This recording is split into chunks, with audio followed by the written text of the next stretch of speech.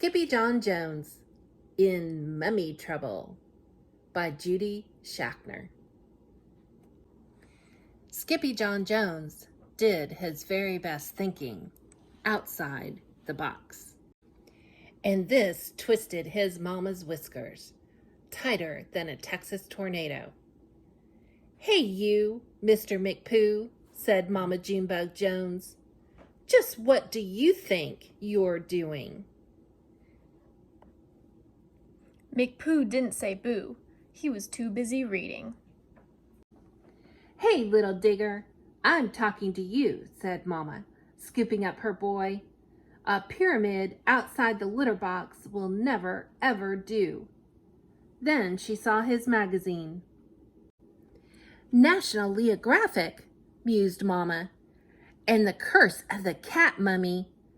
Why, this will give you nightmares, boy. With an upset tummy, too. Plus a puffy tail. On the grandest scale. This story is taboo." But Skippyjon Jones was in no mood to listen to his mama, so he skedaddled into his room. He bounced once, he bounced twice, for a really good bounce on his big boy bed.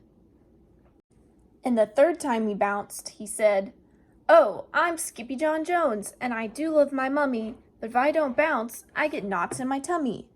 Then the kitty boy flipped over to the mirror for a look-see.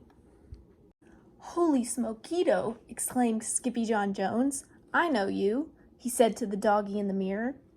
"Your ears are too big for your head. Your head is too big for your body. You're not a Siamese cat." Then, using his very best Spanish accent, he added, "You are Steal the big chihuahua, dude. The whole enchilada." And they just might like enchiladas in Egypt, thought Skippy. So the kitty boy donned his mask and cape and began to sing in a muy soft voice. "My name is Skippito Friskito, and I'm off to see old Egyptito. My chicos insist, and I dare not resist the chance to go meet a mamito." In the meantime, his little sisters, Jezebel, Jillyboo, and Jujubee, rolled into his room with a plan of their own. But the kitty boy was already deep inside his closet on his way to ancient Egypt. And paddling down the river Nile, who should sail right past but a kooky crocodile, hunkered down on his lumpy, bumpy back where all his old amigos and the chimichangos pack. "A donde vas?" called out Skippito. "We are going to the undermundo," answered the chihuahuas. Not to the underwear," exclaimed Skippito. "No, no, no," said the Puchitos. "You silly little beast. To the underworld, where mummies rest in peace." "Peas?" exclaimed Skippito. "Who wants to sleep in peas?" "We do," said the doggies. "We hear they are to die for." "You mean they are better than the frijoles?" asked Skippito. "Sí, mucho mejor, señor," said Poquito Tito. "Vámonos," said Skippito. "What are we waiting for?" But then Don Diego, the biggest of the small ones, spoke up. "Hold your ponies, Pepito. To get to the undermundo, we first have to answer the riddle of the Sphinx." "But I'm not good at riddles," said Skippito. "No problema," said Poquito Tito. "You have a muy big brain." Then they set forth from the Rio Nile to find the Sphinx. The muchachos began to sing.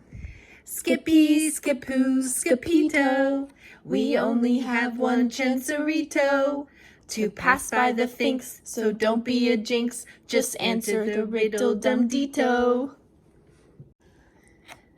The muchachos arrived at 4 o'clock sharp, but the Sphinx had been waiting forever. "Don't let the gato get your tongue, dude," said Don Diego.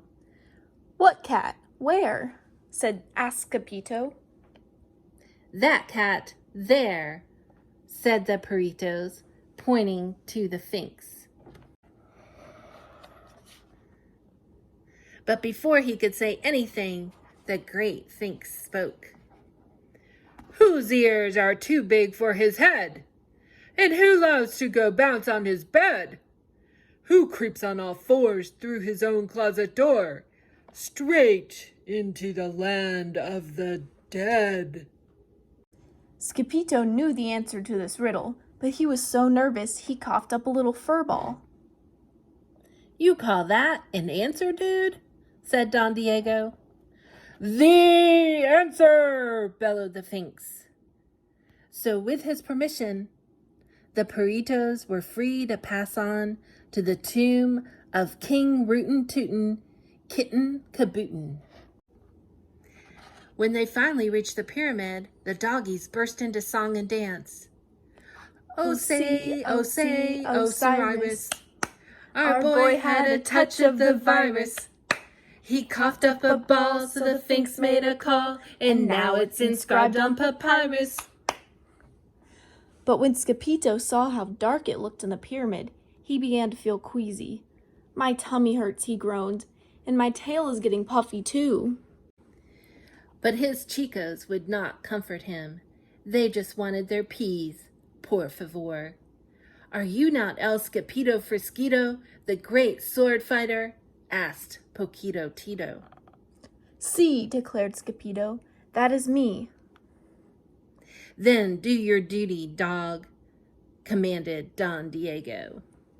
So Skippyjon drew in a deep breath and dove into the darkness of the musty old tomb, chanting, Peas, por favor, peas, por favor, peas, por favor. He rocketed through the vault like a fur-covered comet, until suddenly, smackito, Skippyjon hit a wall and knocked himself out cold. Soon after, 3 goddesses emerged from the shadows to prepare the kitty boy for his journey to the undermundo. First we salt and pepper him, said Ba, the first goddess, and sprinkle him with lucky charms, said Da, the second one. Then we wrap him and roll him and bundle him tight, said Bing, the third goddess, and blow him a kiss and say, nighty-night. Then the trio rolled the wrapped cat down the ramp into the king's burial chamber. Across the room stood the 4,000-year-old sarcophagus of King Rootin' Tootin' Kitten Kabootin'. And just as they were about to deliver El Skippito Mamimo, he rolled right into the feet of the oldie moldy mummy. Bada bing, moaned the king as he stretched out his paws. I need to rest in peace. Peas, screamed El Skippito Mamito, waking up in a flash. And quicker than you can say mummies, mumps, and measles, he grabbed 2 paws full of peas and hightailed it home. When Los Chimichangas saw El Skippito Mamito come rolling out of the pyramid, they went into a real tailspin. Then all the doggies began to chant, Green chicharros hot, green chicharros cold, the best chicharros in the world are those that Skippito holds. But El Skippito Mamito was too scared to slow down, so he chucked the peas at his chicos and kept right on running. Straight into the arms of his mummy. What's the matter, Fuzzy Bug? Asked Mama Junebug Jones. Skippyjon Jones looked back over his shoulder to see if the 3 spirits were still chasing him. Bada bing, he wailed, dropping the last of his peas. The 3 giggling goddesses raced into the room after Skippito with their puppets and a roll of toilet paper.